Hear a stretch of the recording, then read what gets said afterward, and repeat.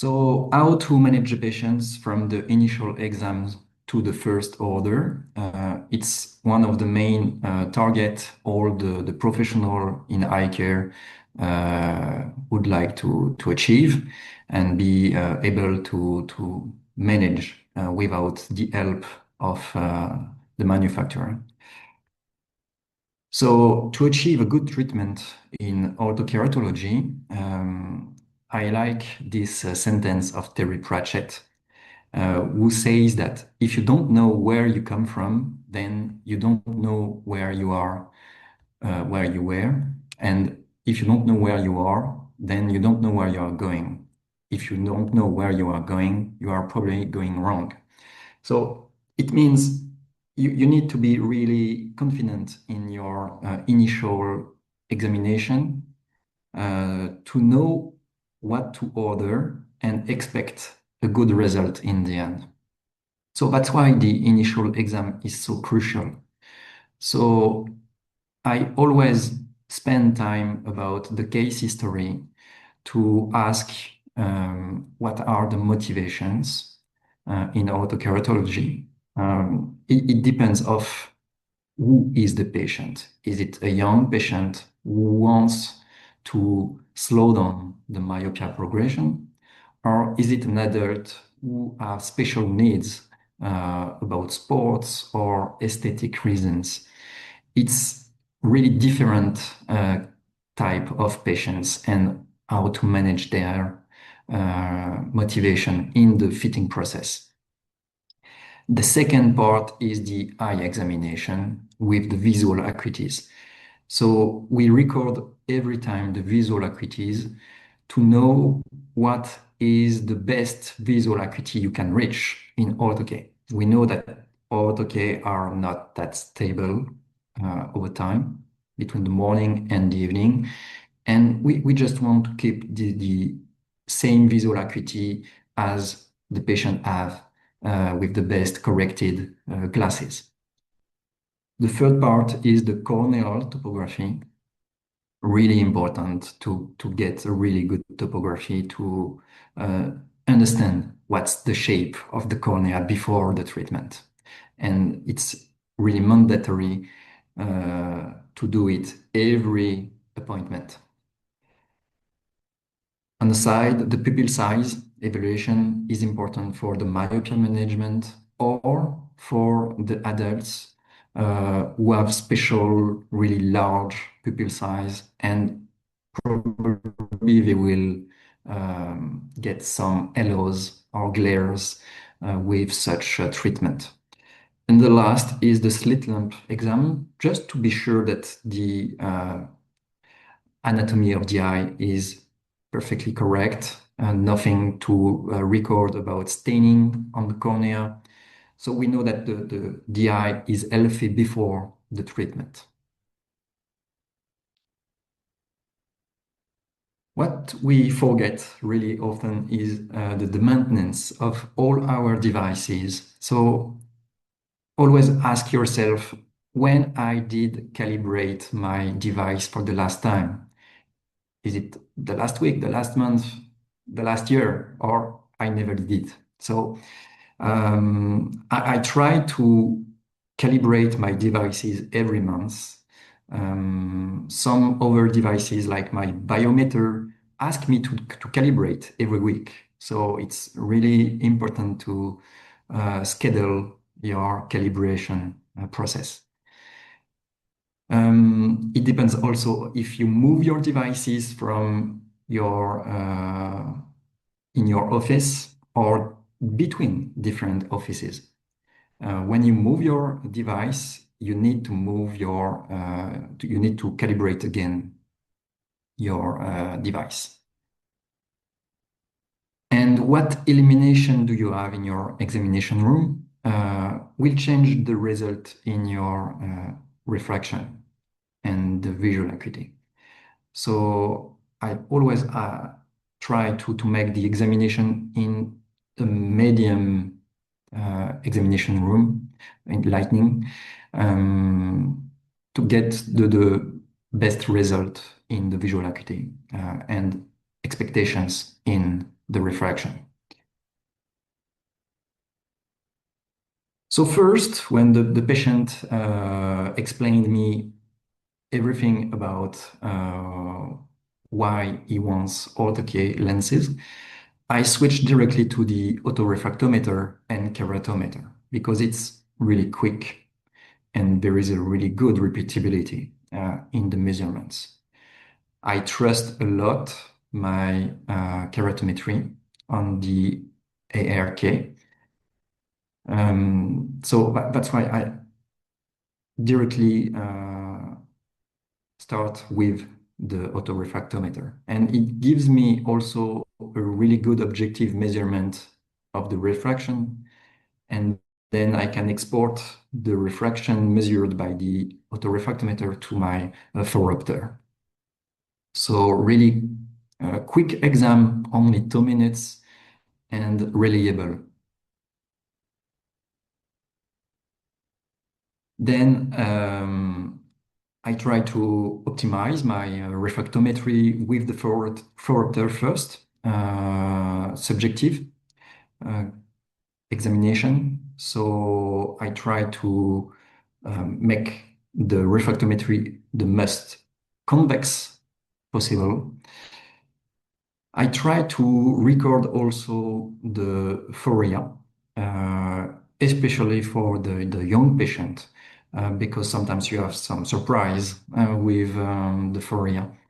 So I prefer to know before starting the treatment with ortho lenses and improve first the phoria before ortho lenses.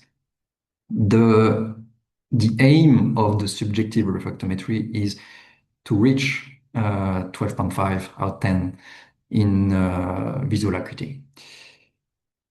But the comfort is more important than the performance. So if someone is more comfortable with a lower correction, but it gives less visual acuity, the comfort is first instead of performance. So when it's done on the phoropter, I always try the vision with the glasses. So I put all the lenses on the glass and I try to ask the patient to look outside and tell me if he feels comfortable and if it's okay for him. Then I make the topography and I'm lucky one because I have two topographers, so I can use two different devices. And I try to make three different measurements for each eye, but reproducible measurements. So I know that it requires more time to do it, but it's really relevant to do such free measurements to know if you can rely on your measurements. I will assess the HVID measurement also. The surface area is really important. We try to cover the largest possible surface on the cornea. The tear film quality is also really important because we use Placido disc for most of us. The mirror of the tears make the quality of the topography. So if your patient has bad tears, once again, I try to fix first the tears before starting the treatment to be sure that the eye condition is okay before. We try to avoid any shadows of the eyebrows, shadows of the nose. So I ask my patient to turn his head a bit on the side and put the chin the further possible on the chin rest. So it's a really good design from Medmont because the chin rest, there is no chin limit under. So it gives you the possibility to put the chin really far from the chin rest. In that way, you can be the closest possible to the cornea, and the small cone of different topographer, but like Medmont, gives you the possibility to cover really a big surface of the cornea. The big cone is a bit different. You don't have any problem with the proximity. Some people are afraid of the proximity of the cone. So with the big cone, there is no problem like that. But you have all the shadows and you are missing some data. And the last is the Scheimpflug. Scheimpflug is interesting also, mostly in surgery, but to understand also what's the shape of the cornea in endothelial part. It's always a vision to the future of the epithelial part of the cornea. So still interesting to get a Scheimpflug topographer if you can. When I did my measurements, I have three different reproducible measurements on the topography. I compared the CMK of the topographer with my keratometry I got with the ARK before. So I'm sure that all the measurements are equal. Last but not least, the biometer. It's still optional today. You don't need the biometer to make ortho lenses, but probably it will be more and more frequent to use it to at least monitor the axial length in myopia management to be sure that the treatment you are selecting for your patient is slowing down the myopia as you expect. It gives you also the possibility to get another CMK measurements and HVID measurements. So with three different devices, you can get a whole picture of your patient eye and be sure that the data are perfectly reliable when you order the contact lenses. The biometer is really dedicated for surgery, like cataract surgery. So it's probably more accurate than the topographer with the Placido rings. That's why I like to use it as well in my office. Let's speak about a real case in my practice. So this is a woman, Pauline. She's 38 years old.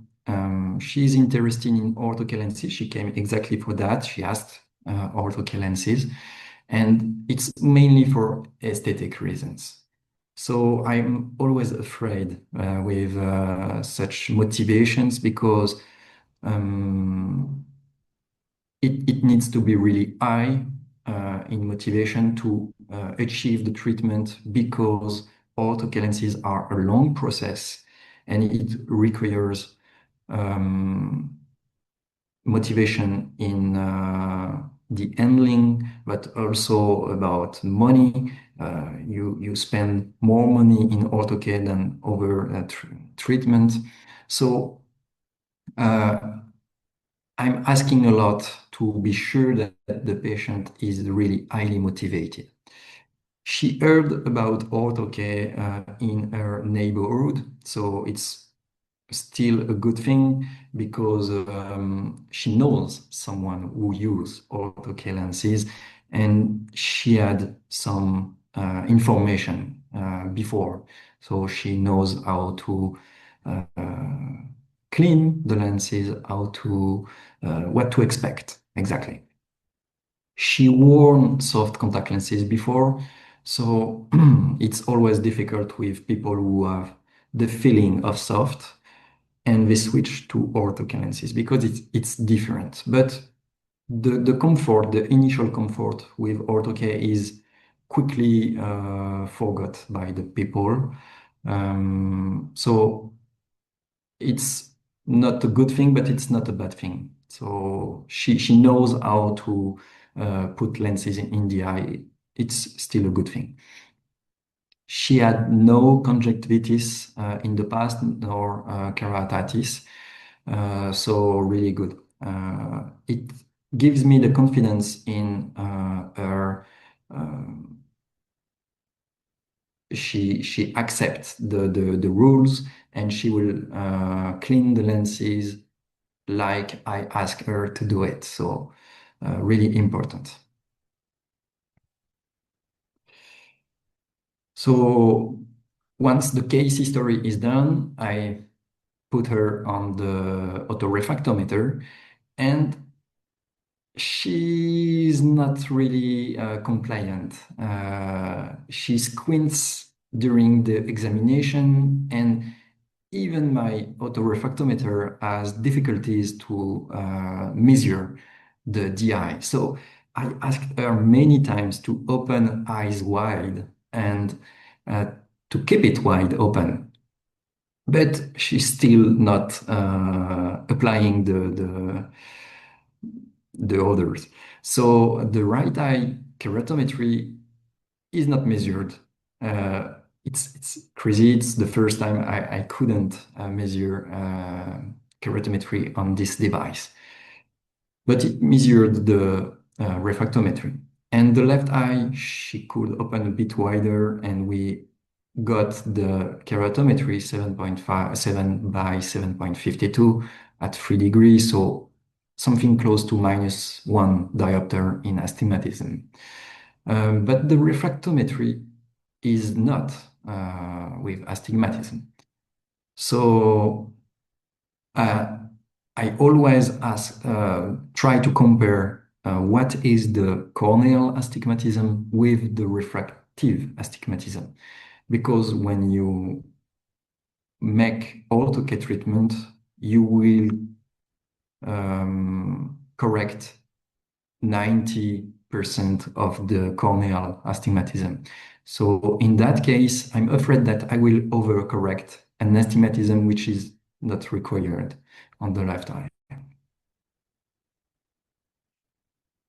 The subjective refraction on the phoropter gives me a bit more astigmatism, so I'm okay. It's less problematic than I expected before. -2, -0.5 in horizontal. So with the rule astigmatism and good visual acuity, 12.5. So perfect. I try to measure the topography, and once again, the right eye is difficult to open. So maybe she just have difficulties to open wider the eye.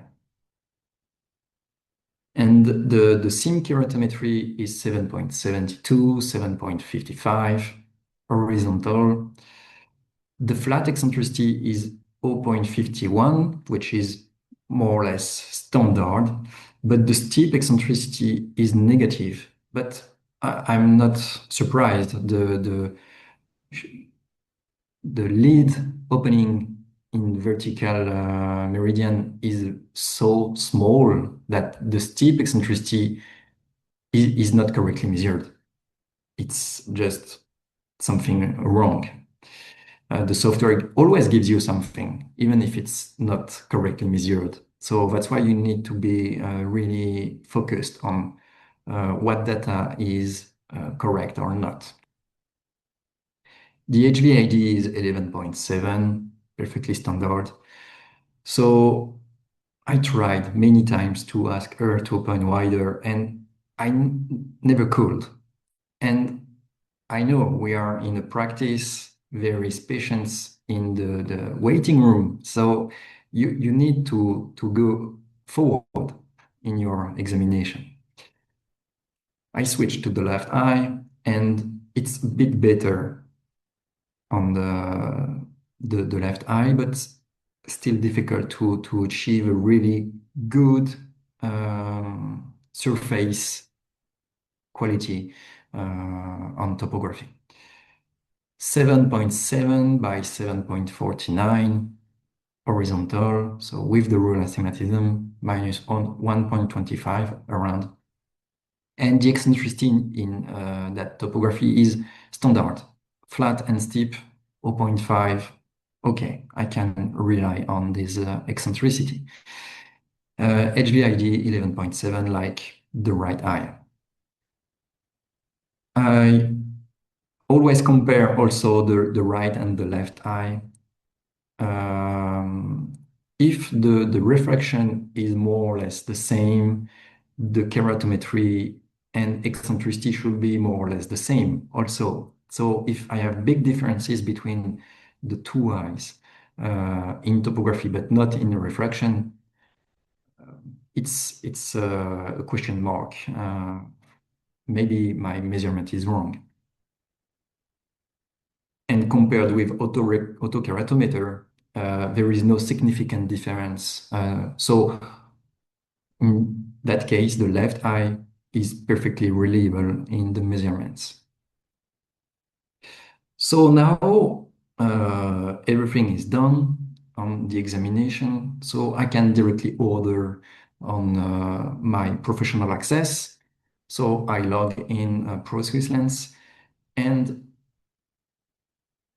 I can select ortho lenses, NightFlex for the both eyes. I will insert the patient reference, and you can select different variant of NightFlex. Because she is adult, I keep the myopia design, but if it's a young patient with -2, I will switch to the relax design.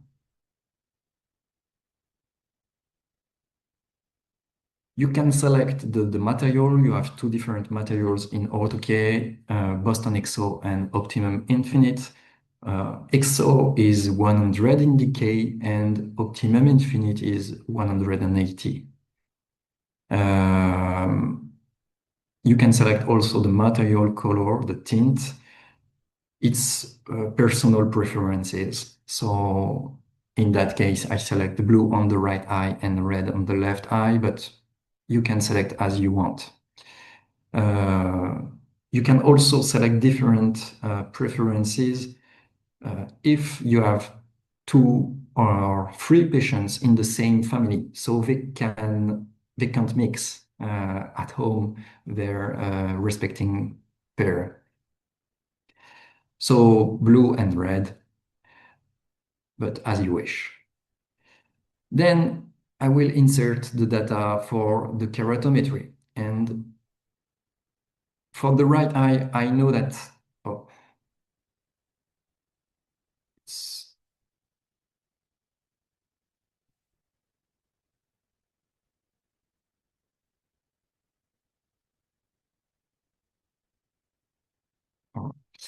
for the right eye, I can put the keratometry because it's really centered on the topography, so I can rely on these measurements.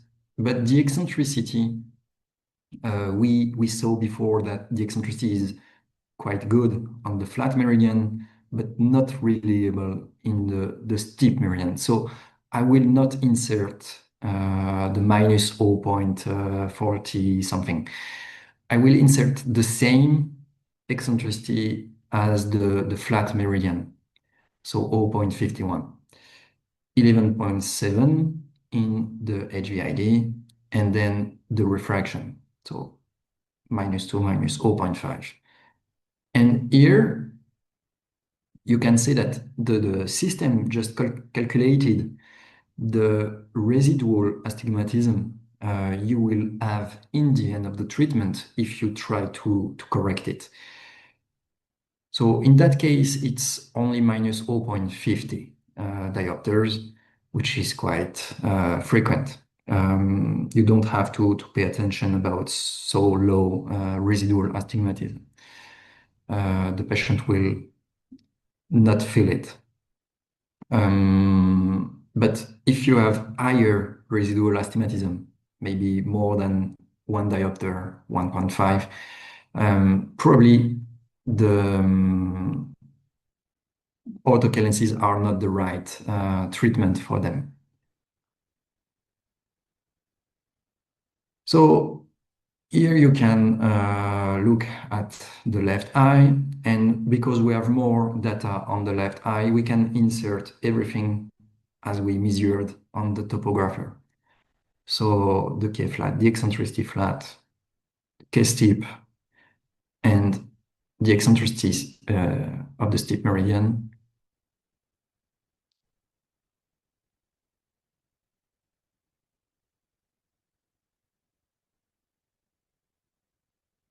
Here, once again, it calculated the residual astigmatism a bit higher, but not that much. When you have inserted all your data of the keratometry, the system is calculating directly the first lens, and it gives you the possibility to simulate the fluo, the fluorescing pattern. And you can look at the shape of the tear film thickness. I don't recommend you to make modification directly for the first pair, but you can have a look and see in that case, the lens selected is still spherical because the toricity of the cornea is not that high. And we have a pattern with a line fluorescing in the horizontal meridian and a bit flat in the steep meridian. Perfectly normal. Should be okay when the lenses are worn overnight. All the lenses are added to the basket, and then it's done. You can place the order. You add no, you are not losing time sending an email. The technical service who proceed the order will take more time than if you do it yourself. So really fast process to order your lenses. And then you receive the lenses and you will deliver the lenses. Just a quick reminder that the measurements were not that good during the first exam. And because we are in a rush all day because of the patients waiting, we had no chance to make it better. So now we received the lenses, we have one more chance to make a new topo before we start the treatment. So do it. It's still time. There is no reshaping done on the cornea. So I did a new topography, and that time I took the time necessary to achieve a really perfect topography. And we see that on the right eye, we have almost the same as before in the flat meridian, 0.01 millimeter difference, but 0.10 millimeter in the steep meridian. And the new keratometry is now more is closer to the astigmatism measured on the refraction. So perfectly normal. I'm happy that I did a new topo before. I did the same on the left eye, and now we have almost the same 7.71 on the new topo. It was 7.70 before. It's in the tolerance of the topographer, and 7.54. So again, a bit lower astigmatism than measured before on the topographer. So I feel better. I feel confident in my choice of data when I order the lenses, and I'm pretty sure that the lenses will be okay on the eye. So enlarge your field of view when you make your examination. Uh, we can compare uh, how much data you have with how large is your field of view. So when you have a good topography and similar data across all the devices you have in your office, you have the whole picture. But if your topography is bad, you are losing some part of the picture. And the bad topography without any comparison with other devices, it's like a pinhole. You see what's happening in the center, but not in the periphery. So try to achieve the best in your examination. So last part, take home message, improve the quality of your initial examination. And if you are not the uh, practitioner who make the measurements, if you have a team, just train to your team. They probably don't know what's important in their measurements. And if they do it wrong, you will spend time and money for nothing. So explain what's important to your assistants and train them. Use all your different devices to compare data. You did investment in those devices, so use it. It's important to compare and to be sure that they give you all the same measurements. And the additional time you will spend performing this supplementary examination will save a lot of time and money in the future. So just do it. Thank you for your assistance, and I wish you a really good day with all my other colleagues. Thank you, and if you have questions, I'm pleased to answer. You have different code to scan if you want more education and support later.